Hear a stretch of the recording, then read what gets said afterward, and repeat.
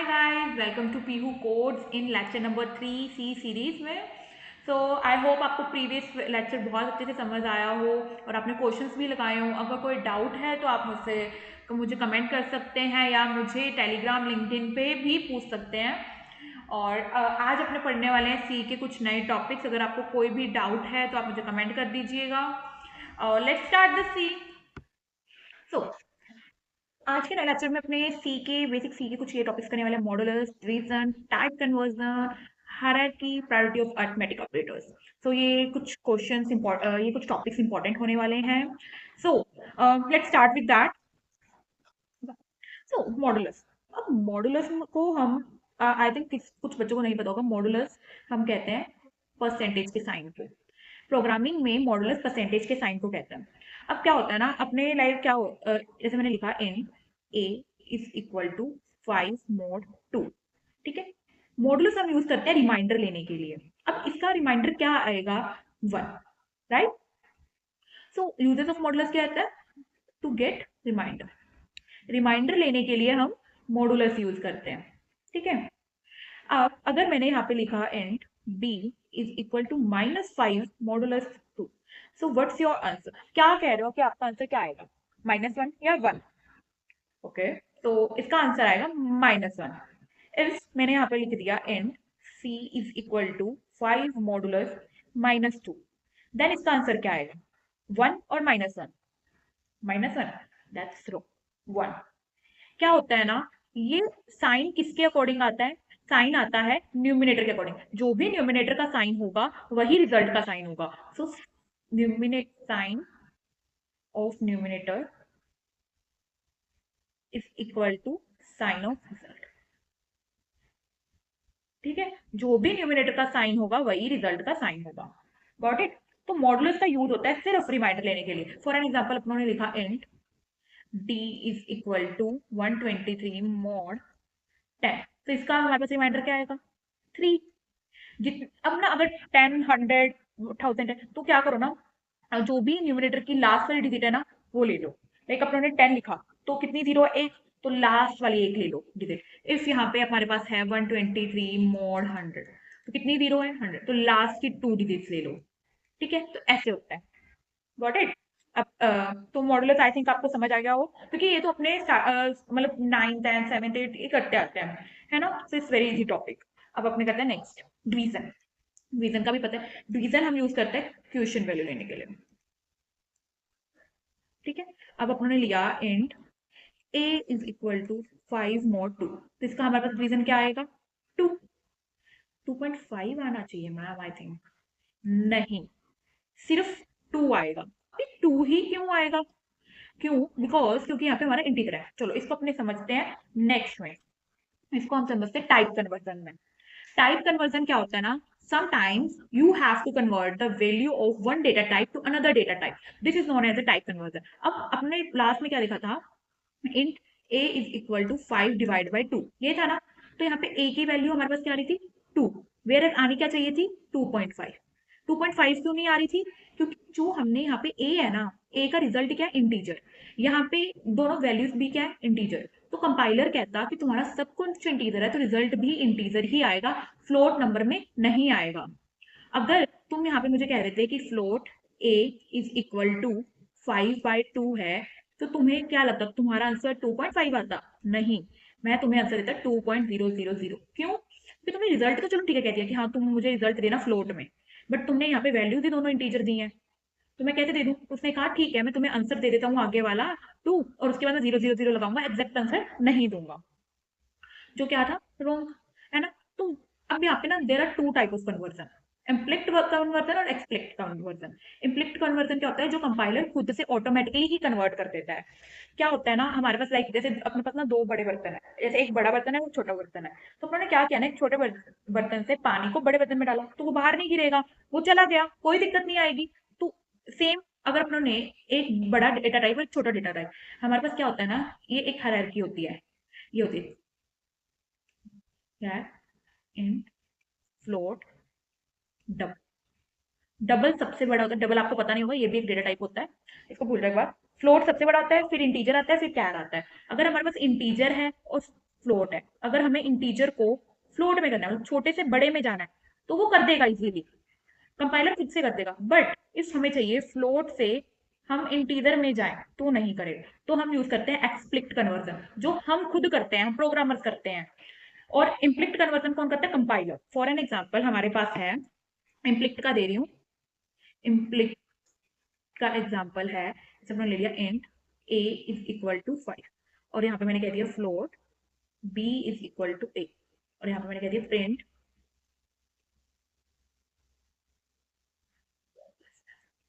ठीक है, और यहाँ पे मैंने लिख दिया b। यहाँ पे आपका आंसर क्या आएगा? क्या आना चाहिए आपका आंसर? यहाँ पे आपका आंसर आएगा 5.000। ठीक है, तो हमारा आंसर क्या आएगा? 5.000। ठीक है, इसने कन्वर्ट कर दिया, इसने फ्लोट नंबर में ले आया, डेसिमल में। बट इस अगर हम कहें कि float a is equal to 5 और सॉरी 5.6 और int a is equal to b, ठीक है, तो यहाँ पे एरर आएगा, या शो करेगा 0 0, यहाँ पे शो कर देगा 0 0, या एरर या 0 0। ठीक है, ये होता है। अब अपने करता है एक्सप्लिक्ट कन्वर्जन, इम्प्लिक्ट समझ आ गया, अब एक्सप्लिक्ट करते हैं। ठीक है, अब एक्सप्लिक्ट का अपने लास्ट एग्जांपल देखा था कि हमारे पास ऐसा एक नंबर है float a is equal to 5.6 और int b is equal to 8, और मैंने यहाँ पे प्रिंट f कर दिया, और यहाँ पे लिख दिया मॉडुलस d, और यहाँ पे लिख दिया b। तो आपके अकॉर्डिंग यहाँ पे क्या आंसर आएगा? 5 नहीं, यहाँ पे आएगा 0। उसने क्या कर दिया? सारा डेटा ही लॉस कर दिया। अब मैंने एग्जांपल दिया था आपको कि हमारे पास एक तो छोटा बर्तन है, एक बड़ा बर्तन है, तो अपने क्या किया? बड़े बर्तन से छोटे बर्तन में पानी छूट गया, वी नो डेट पानी गिरेगा। सेम एज अपने डेटा टाइप में एक बड़े डेटा टाइप को छोटे डेटा टाइप में कन्वर्ट करने की कोशिश की, तो क्या हुआ? डेटा लॉस हुआ, तो उसने सारा डेटा ही लॉस कर दिया। तो इसको चेंज करने के लिए हम मैन्युअली एक चीज चूज करते हैं, टारगेट टाइप, ये हमारा टाइप क्या है टारगेट का, और यहाँ पे आ जाती है वैल्यू। इस तरह से हम, ये हमारा सिंटेक्स है, इसको हम यूज करते हैं। ठीक है, अब हमारे पास क्या है? यहाँ पे अपने दे दिया float c is equal to 7.8, और अपने ने कह दिया इंट d। ठीक है, तो मैंने यहाँ पे कह दिया प्रिंट एज मॉडुलस d, और मैंने यहाँ पे कह दिया कि जो ये d है ना, c है ना, इसको इंटीजर बना दो, इंट, और हमारी वैल्यू क्या है? c। ठीक है, तो मैंने इसको छोड़ दो, तो मैंने कह दिया इंटीजर को बना दो c, हमारे पास आंसर क्या आएगा? 7। और उसने 0.8 क्या कर दिया? लॉस, उसने हटा दिया। इंटीजर में चाहिए तो तुम्हें सिर्फ 7 मिलेगा, तो कुछ डेटा हटा दिया। Got it? तो ये ऐसे होता है। तो एक्सप्लिक्ट का मीन्स क्या होता है? जो हमें खुद को कन्वर्ट करना होता है। समझ गए ये? एक्सप्लिक्ट में तुम्हें फॉर एन एग्जाम्पल अपनों ने लिया एक्सप्लिक्ट का, और एक आपको एग्जाम्पल देती हूँ। जैसे हमने लिया float a is equal to 7.99, और यहाँ पे मैंने कह दिया integer b is equal to a, तो मैंने यहाँ पे लिखा प्रिंट एफ, किसे चेंज करना है? b को। बट यहाँ पे अपनों ने एक चीज लगाना भूल गए, a को हम ये फ्लोट में ही ले रहे हैं, नहीं, यहाँ पे आएगा इंटीजर a, ये आएगा। ठीक है, तो यहाँ पे क्या आएगा? इंट a, यहाँ पे अकेला a नहीं आएगा, इंट a आएगा, देन अपने इसके बाद क्या कर सकते हैं? b को प्रिंट, हमारे पास आंसर क्या आ जाएगा? 7। Got it? तो ऐसे भी कर सकते हैं। तो हमारे पास काफी सारे एग्जांपल्स है, बस अपने को करके देखना है कि किस तरह से हमारा आंसर आ रहा है, करेक्ट आंसर। Got it? अब करते हैं next। चलो अब पढ़ते हैं productive arithmetic. Productive arithmetic operators क्या है? अपने ना हमारे अर्थमेटिक ऑपरेटर्स को ना हमने दो लेवल्स में डिवाइड कर दिया, एक प्लस माइनस अलग रख दिया, मल्टीप्लाई डिवाइड डिवीजन ये इनको अलग रख दिया। जो प्लस माइनस है ना, इसको दे दिया हमने लो लेवल, और इसको दे दिया हाई लेवल। ये लो लेवल और हाई लेवल क्या है? तो अगर हमारे पास कंडीशन है a plus B into C, तो आपको क्या लगता है कौन सा वर्क करेगा? ये पहले वर्क करेगा, ये। तो इसमें क्या होता है ना, जो हाई लेवल होता है पहले वो वर्क करता है, फिर लो लेवल वर्क करता है। मतलब अगर मल्टीप्लाई डिवाइड मॉडुलस दिए हुए हैं तो पहले वो वर्क करेंगे, पहले इन दोनों का होगा, जो भी आंसर आएगा फिर इसके साथ ऐड होगा। ठीक है, इफ हमारे पास ये है a divide by b minus C, ये है, तो कौन सा वर्क करेगा? पहले high level then low level. ठीक है, इफ हमारे पास ये है a divide by b into C, तो आपको क्या लगता है कौन सा वर्क करेगा? यहाँ हमारे पास ये है, कौन सा वर्क करेगा? यहाँ पे दोनों ही लेवल सेम है, हाई, तो कौन सा? यहाँ पे आता है if same level then execute करेगा ये फ्रॉम लेफ्ट टू राइट। ठीक है। देन ये लेफ्ट टू राइट एग्जीक्यूट करेगा, मीन्स पहले 1 2 1 2, मतलब इधर से ऐसे जाएगा ये, ठीक है। ऐसा होता है इफ हमारे पास ये वाली कंडीशन है a into B minus C divide by D, तो क्या हुआ करेगा, पहले ये 1 देन ये 2 और फिर ये 3, ऐसे बनेगी। बट इफ हमारे पास ये कंडीशन है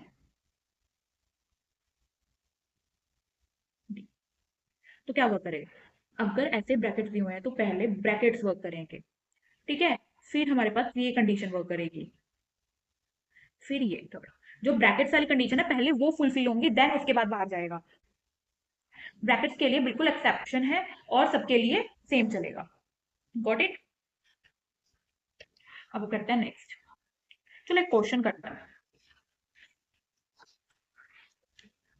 चलो एक क्वेश्चन करते हैं, हमारे पास एक क्वेश्चन है, रिवर्स ऑफ 3 डिजिट नंबर। मैं पहले आपको आउटपुट बताती हूँ कि हमारा आउटपुट क्या है। मेरा आउटपुट स्क्रीन और इस पे हमारा आउटपुट ये चाहिए। जैसे हमने दे दिया नंबर, हमने लिख दिया 1 2 3, तो रिवर्स हो जाए 3 2 1 में, ठीक है। ये हमारा आउटपुट है। तो 7 मूल मंत्र हमें पता है, हमने पहले उसको समझा कि हमारा प्रॉब्लम क्या है कि 3 डिजिट नंबर को रिवर्स करना है। देन हम क्या करेंगे, फॉर्मूला लिखेंगे। फॉर्मूला तो हमें पता नहीं, तो हमने लिख लिया, कमेंट किया रिवर्स, फिर हमने कोड लिखना स्टार्ट किया, हैशटैग इंक्लूड और फिर हमने लिखा एंड मेन, ठीक है। अब अपने क्या करते हैं, वेरिएबल्स डिफाइन करते हैं। इंट हमारे पास क्या चाहिए, एक तो एन चाहिए जो नंबर लेगा, जिसमें हम नंबर इनपुट करेंगे। एक हमें चाहिए जो उसकी डिजिट संभालेगा, N1 N2, 3 डिजिट का करना है तो हम लोगों ने 2, ये मैं बताऊंगी कि कैसे क्यों लिया, ठीक है। और एक हमने ले लिया रिवर्स, रिवर्स नाम का एक एम्प्टी ले लिया जिसके अंदर हमारा आंसर, मेन आंसर सेव होगा, वी नो डेट, एक एम्प्टी वेरिएबल, ठीक है। फिर एक हमने ले लिया सम नाम का वेरिएबल, चलो सम को छोड़ो, सम को छोड़ो, रिवर्स नाम का वेरिएबल, ठीक है। इसको रेज कर दो, इसको थोड़ा रेज कर देते सम को, अच्छा लग रहा।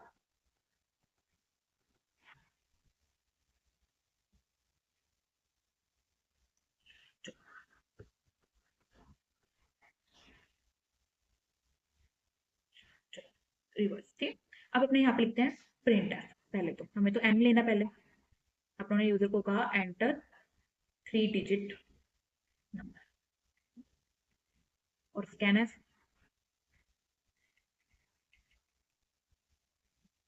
हमने नंबर ले लिया, अब उस नंबर के साथ गेम खेलना है, तो अपनों ने पहले तो कहा कि N1 में n मॉडुलस 10।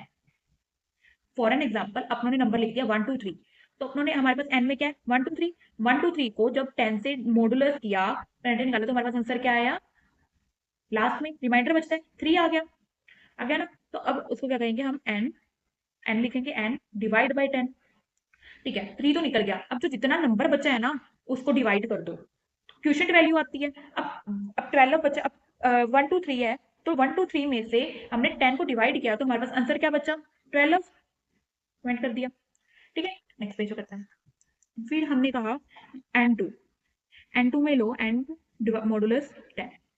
अब हमारे पास 1 2 बचे, तो 1 2 को 10 से मॉडुलस किया तो हमारे पास आंसर क्या बचा, 2।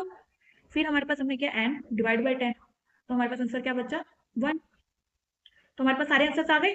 तो अब हमने कहा रिवर्स, जो रिवर्स नाम है ना उसके अंदर आउटपुट सेव कर दो, तो हमने कहा R1 sorry N1 multiply by 100, हमें पहले चाहिए तो उसको 100 से मल्टीप्लाई कर देंगे, 3 डिजिट है तो 100 से किया, अगर 4 डिजिट का हमें रिवर्स करना होता तो हम 1000 से मल्टीप्लाई करते, क्योंकि 1 टेंस 100 वाला काम चलता है, तो हमें आगे चाहिए, तो अपनों ने क्या किया, N1 को 100 से मल्टीप्लाई कर दिया, फिर अपनों ने किया प्लस N2, हमने 10 से कर दिया कि 10th पोजीशन पे जो N2 है, जो ये 2 है वो सेकंड पोजीशन पे आ जाए, देन प्लस एन कि लास्ट में, लास्ट वाली डिजिट पे हमारा एन आ जाए, जो भी लास्ट में बचा है।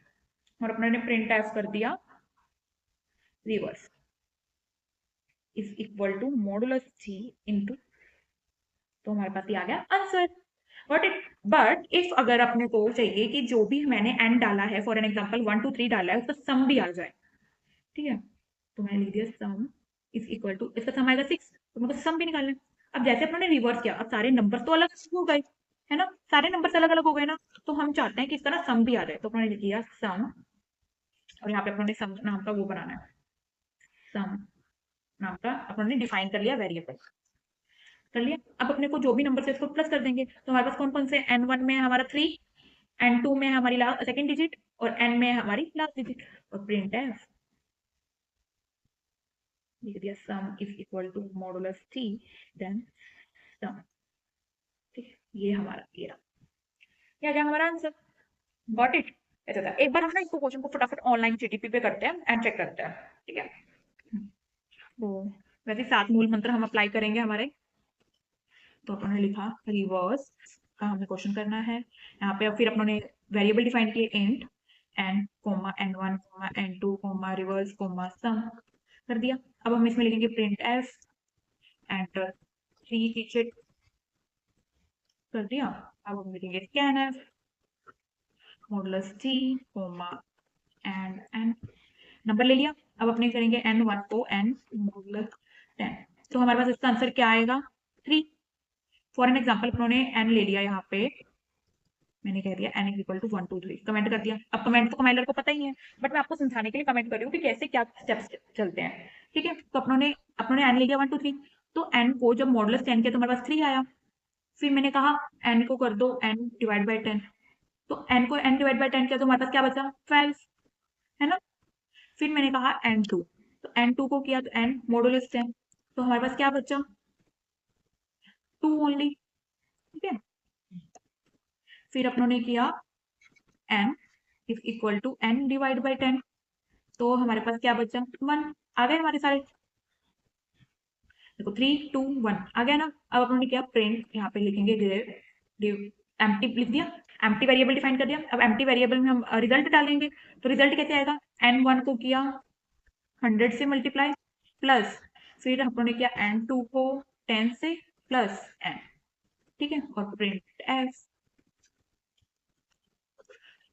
में क्या, reverse is equal to modulus 3 comma, ठीक है। अब इसको रन करके देखते हैं एक बार। अपना डाला 2, अपने फॉर एन एग्जांपल मैं यहाँ पे डाल रही हूँ 25852, हो गया ना रिवर्स। इफ अगर अपनों ने इसका सम निकालना है तो हम लिख देंगे sum is equal to n1 plus n2 plus n, और print F sum is equal to modulus 3 coma,